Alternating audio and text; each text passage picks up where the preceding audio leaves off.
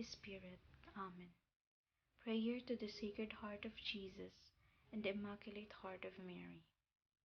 O Heart of Jesus, pierced for our sins, and giving us your Mother in Calvary.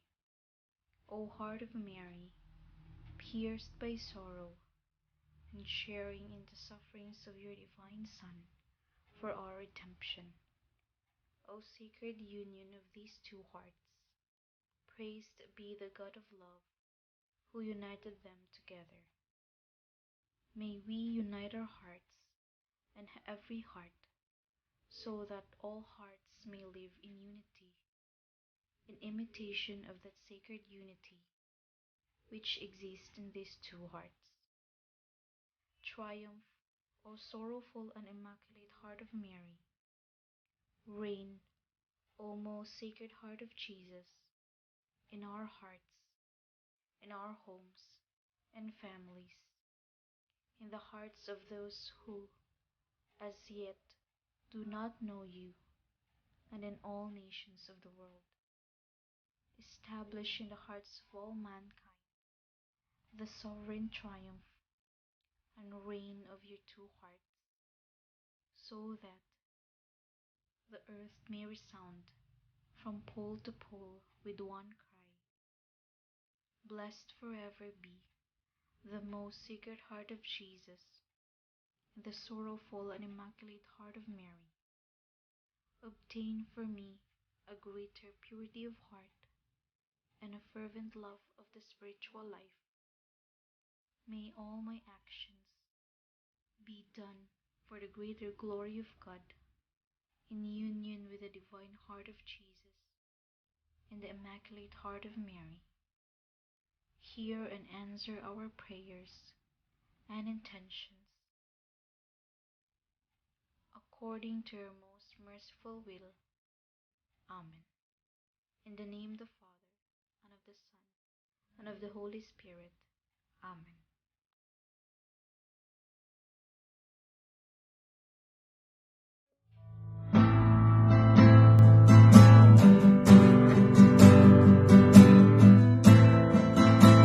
Sing hallelujah to the Lord, and sing hallelujah to the Lord, and sing hallelujah, sing hallelujah, sing hallelujah to the Lord. And sing hallelujah to the Lord, and sing hallelujah to the Lord, and sing hallelujah, sing hallelujah, sing hallelujah to the Lord.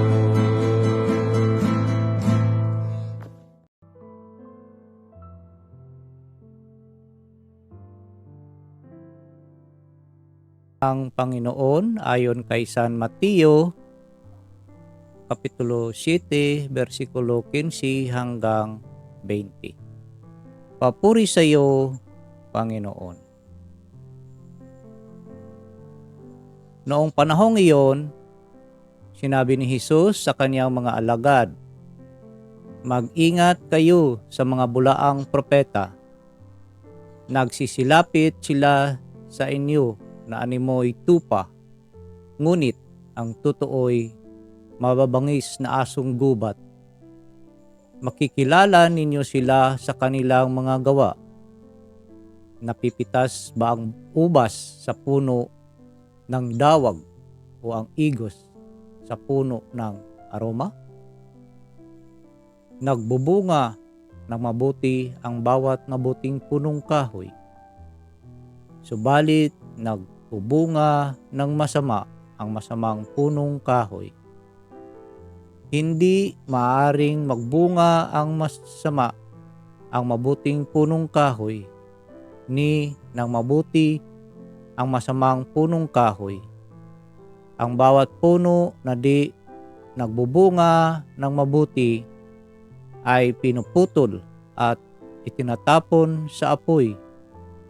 Kaya nga, makikilala ninyo sa kanilang mga gawa ang mga bulaang propeta. Ang mabuting balita ng Panginoon. Pinupuri ka namin, Panginoong Hesukristo. Isang mapapalang Miyerkules po sa ating lahat. Kamusta po mga kapatid? Today is June 28, 2023. Araw po ng pagnonobena sa ating mahal na ina ng laging saklolo, or to our Mother of Perpetual Help. At sa araw ding ito, kahapon 27, ay kapistahan po ng Baklaran, no? Kapistahan ng ating mahal na ina ng laging saklolo. So sana naway nakapag-novena tayo, nakapagsimba tayo sa araw na ito. At sa araw na ito ay Miyerkules, ginugunita din natin si Saint Irenaeus, isang obispo at martir, no, ng simbahan. At mga kapatid, bago po ako magpatuloy, ako po ay nagpapasalamat sa ating lahat ng mga subscribers, lalo na sa mga bago nating subscribers, sa ating mga taga-subaybay at tagapagtangkilik ng ating munting channel na ito. At ako po ay bumabati sa Pisma Plus ng isang happy first year anniversary sa kanyang bagong tahanan. For a short story that ang Pisma ay temporarily pasilong, no, or nananahan dito muna, no, sa ating munting channel na ito. So but din ngayon may bagong tahanan na ang Pisma. It's Pisma Plus. So nandoon po yung mga kapatid natin, yung mga brothers and sisters natin and different areas of the world, in Israel particularly, Chicago, Rome, Italy, Hong Kong, Philippines, and Qatar, no? At sa iba't pang bahagi ng mundo. So mga kapatid, naway pagpatuloy nyo rin ang pasyal, no, sa ating channel din, which we are also a member, ang Pisma Plus. So sa ating ebanghelyo ngayon, mga kapatid, ito po ay mula kay San Mateo chapter 7 verse 15 to 20. Ito po ay madalas nating maririnig, no, itong mga katagang ito or yung mga verses na ito, that ito po ay nauukol sa mga false prophets, no, na nakatago lang, no, sa sheep's clothing. So itong mga bagay na ito ay masasabi natin that marami na, no, ang lumalaganap nito. Dahil from the very beginning, when our Lord Jesus Christ founded His church, so at iniwan niya ito sa pamamahala ng mga apostoles sa pamumuno ni Saint Peter, na siya po yung ating kauna-unahang Santo Papa, no? Siya po yung head of the church na iniwan dito ng ating Panginoon sa lupa. But then, as time goes on, marami ang, nagsasaliksik, masasabi natin na nakaangkin na ng katilinuhan, so may kanya-kanya ng interpretasyon, desisyon, at pananaw. So may mga heresina, may mga lumalabas na agnostic, mga ganon, mga hindi naniwala sa ating Panginoon. Lahat, no? At umiba na yung takbo at naghiwalay sa simbahan, no? Na tinatag ng ating Panginoong Hesukristo. Nagkanya na sila. So, nangangaral na sila. So, at so on and so forth na dumami na ng dumami hanggang sa umabot na ng mahigit na sa 40,000 ngayon. So, kaya mga kapatid, nakasalalay dito yung ating kaligtasan, no? Sila daw ay mga totoong prophets. Kaya nga yung prophet, yun ang karamihan ang nararating, no? Hindi yung prophets for the good news, but for profit for themselves. So, but then, hindi rin natin sila masisisi kung yan ang pananaw nila sa kanilang buhay. But then, and then, we cannot judge them, but sa kanilang mga ginagawa, makikita natin that yung bang ginagamit lang, no, ang salita ng Diyos para kumita. Yun ang totoo. Hindi yung maililigtas ka, no? Kundi mailigtas mo sila sa gutom at makakamit nila yung hinahangad nilang karangyaan sa buhay. Makikita natin ngayon yan, no? Maraming leader ng iba't ibang sikta yung nagtayo mismo kung anong iimbestigahan nyo kung anong buhay meron sila. Pero kawawa yung mga members, no? Kawawa yung mga members, naglalako ng kung ano para lang maibigay dun sa leader nila. So, yun ang napakalungkot, no? The saddest thing na ginagamit mo yung salita ng Diyos para sa inyong personal, no, na hangarin. So, but then, we have to pray for them, mga kapatid, that sana naway ma-convert or mapabalik muli sila sa totoong simbahan, no, na itinatag ng ating Panginoong Hesukristo, na inhabilin sa mga apostoli sa pamumuno ng ating Santo Papa. Kauna-unahang Santo Papa, si Saint Peter na ngayon ay pinamumunuan ng ating current Pope, Pope Francis. At dito rin, sinasabi rin ng ating Panginoon that every good tree bears good fruit, no? And a rotten tree bears bad fruit.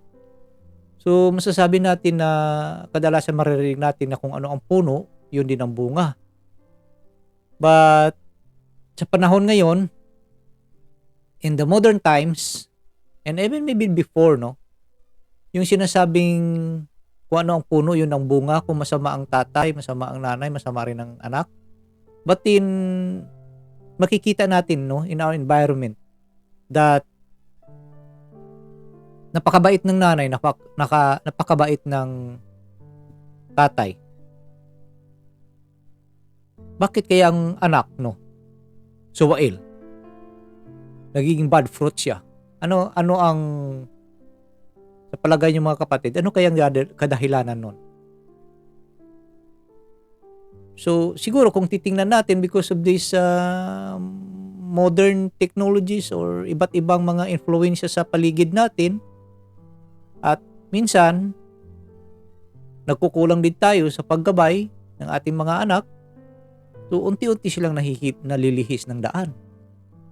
So, as parents, no, we have to do our best na hindi mapalayo, no, ang ating mga anak sa ating Panginoon.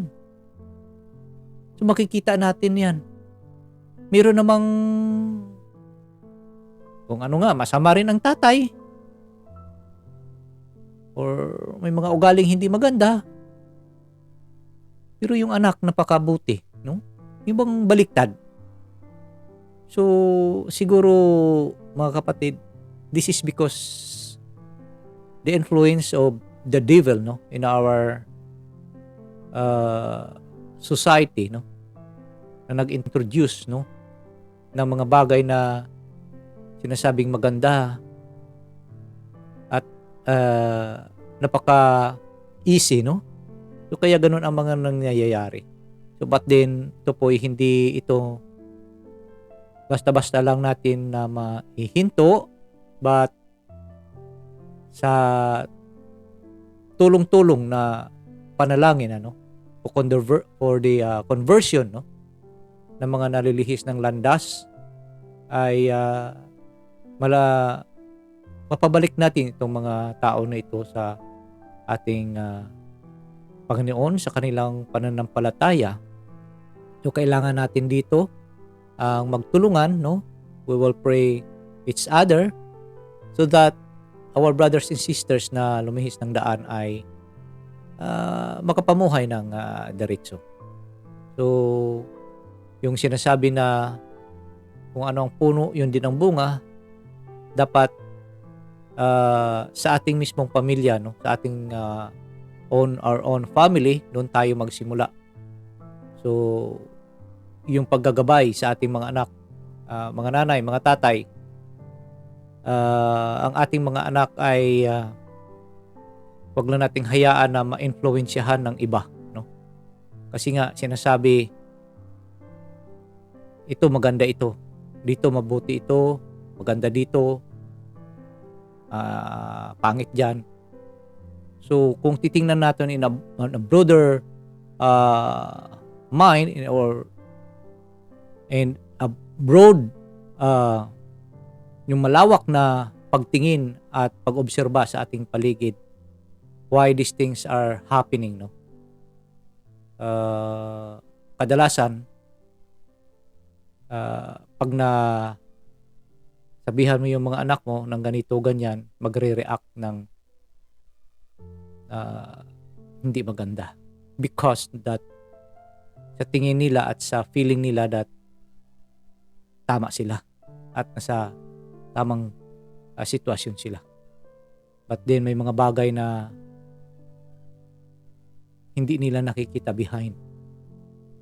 Lalo-lalo na palaguin natin, no, yung spiritual na pamumuhay o pangangailangan ng ating mga anak para po hindi sila ma-penetrate ng kalaban na gumawa ng hindi maganda.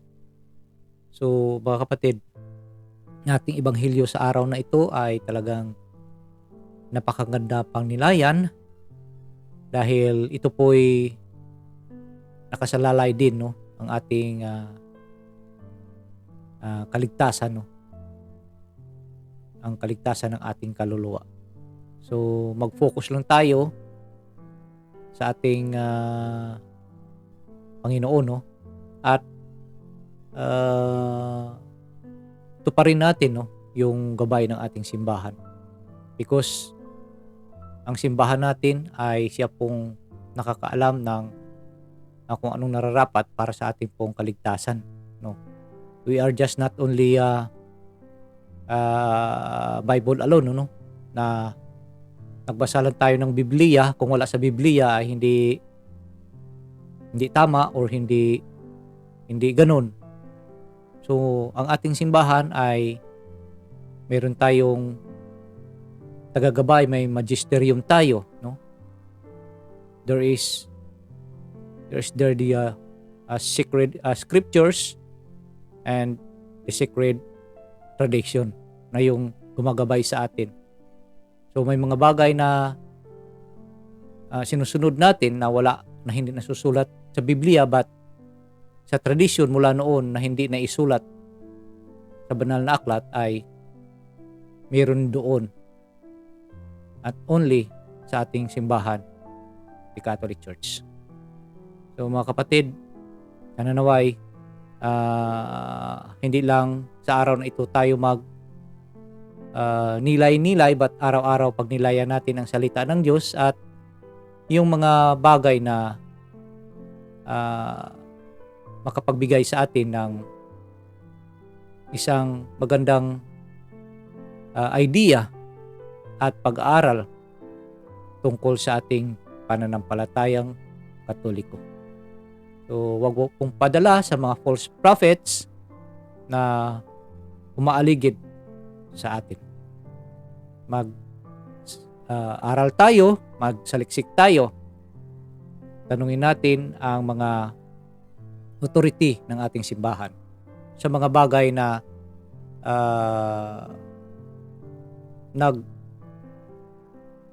bibigay sa atin ng malaking katanungan, lalo sa ating pananampalataya. At sikapin din natin na magiging isang mabuting puno, no? Para po tayo ay makapamunga ng magandang bunga. So, yun lang po mga kapatid. Marami pong salamat at ako po'y muli nagpapasalamat sa ating lahat ng mga subscribers, sa ating mga taga-subaybay sa ating munting channel na ito. Naway ang Panginoon ay gagabay sa atin sa araw-araw nating pamumuhay.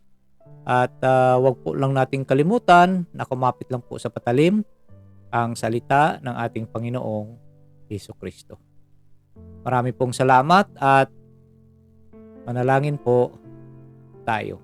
Sa ngalan ng Ama, ng Anak, ng Diyos Espiritu Santo. Amen. Let us pray. Spirit of wisdom and understanding, enlighten our minds to perceive the mysteries of the universe in relation to eternity. Spirit of right judgment and courage, guide us and make us firm in our baptismal decision to follow Jesus' way of love. Spirit of knowledge and reverence, help us to see the lasting value of justice and mercy in our everyday dealings with one another. May we respect life as we work to solve problems of family and nation, economy and ecology. Spirit of God, spark our faith, hope, and love into new action each day. Fill our lives with wonder and awe by your presence, which penetrates all creation. Amen.